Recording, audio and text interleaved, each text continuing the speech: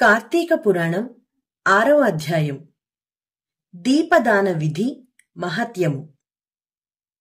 ఓ రాజశ్రేష్ఠుడా, ఏ మానవుడు కార్తీక మాసం నెల రోజులు పరమేశ్వరుని శ్రీవిష్ణువును పంచామృత స్నానం చేయించి కస్తూరి కలిపిన మంచి గంధపు నీటితో భక్తిగా పూజించునో అట్టివానికి అశ్వమేధయాగము చేసినంత పుణ్యం దక్కును. అట్లనే ఏ మానవుడు కార్తీక మాసమంతయు దేవాలయమందు దీపారాధన చేయునో వానికి కైవల్యం ప్రాప్తించును.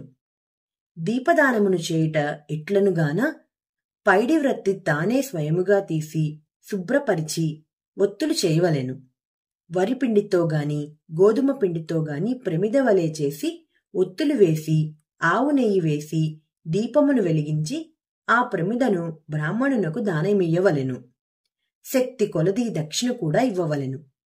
ఈ ప్రకారముగా కార్తీక మాసమందు ప్రతిదినము చేసి ఆఖరి రోజున వెండితో ప్రమిదను చేయించి బంగారముతో ఒత్తిని చేయించి ఆవు నెయ్యి నిండుగా పోసి వెనుక చేసిన ప్రకారముగా గోధుమ పిండితో ప్రమిదను చేసి ఆవు నెయ్యి పోసి దీపమును వెలిగించి ఈ నెల రోజులు దానము చేసిన బ్రాహ్మణునకే ఇది కూడా దానమిచ్చినడలా సకల ఐశ్వర్యములు కలుగటయే కాక మోక్షప్రాప్తి కలుగును. శ్లోకం.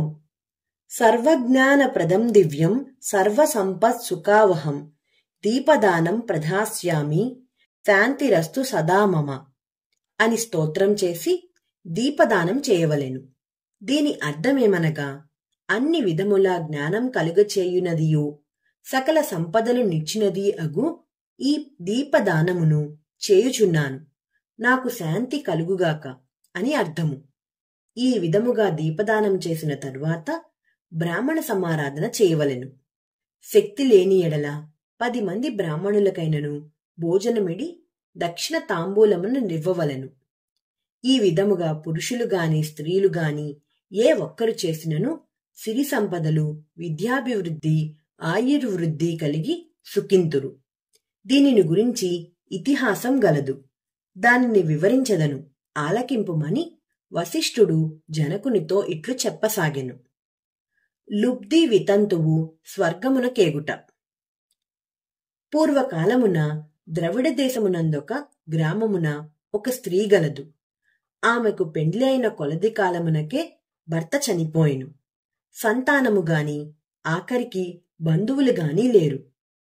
అందుచే ఆమె ఇతరుల ఇండ్లలో దాసిపని చేయుచు అక్కడనే భుజించుచు ఒకవేళ వారి సంతోషం కొలది ఏమైనా వస్తువులిచ్చినా ఎడల ఆ వస్తువులను ఇతరులకు హెచ్చు ధరలకు అమ్ముకొనుచు ఆ విధంగా తన వద్ద పోగైన సొమ్మును వడ్డీలకు ఇచ్చి మరింత డబ్బును కూడబెట్టుకొనుచు దొంగలు దొంగిలించి తీసుకువచ్చిన వస్తువులను తక్కువ ధరలకు కొని ఇతరులకు ఎక్కువ ధరలకు అమ్ముకొనుచు సొమ్ము కూడబెట్టుకొనుచుండెను.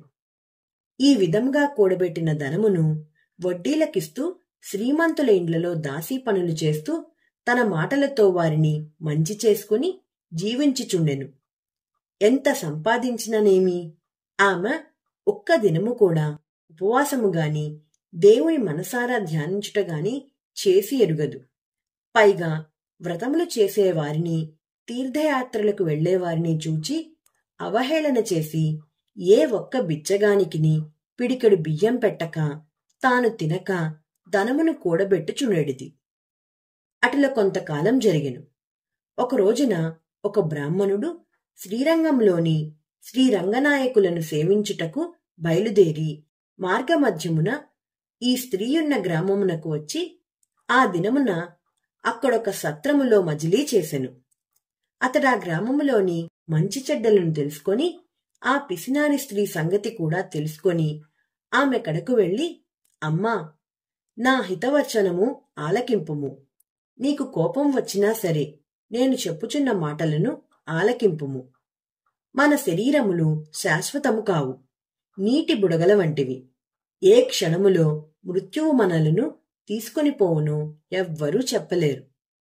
పంచభూతములు సప్తధాతువులతో నిర్మించబడిన ఈ శరీరంలోని ప్రాణము జీవము పోగానే చర్మము మాంసము కుళ్ళి దుర్వాసన కొట్టి అసహ్యంగా తయారగును.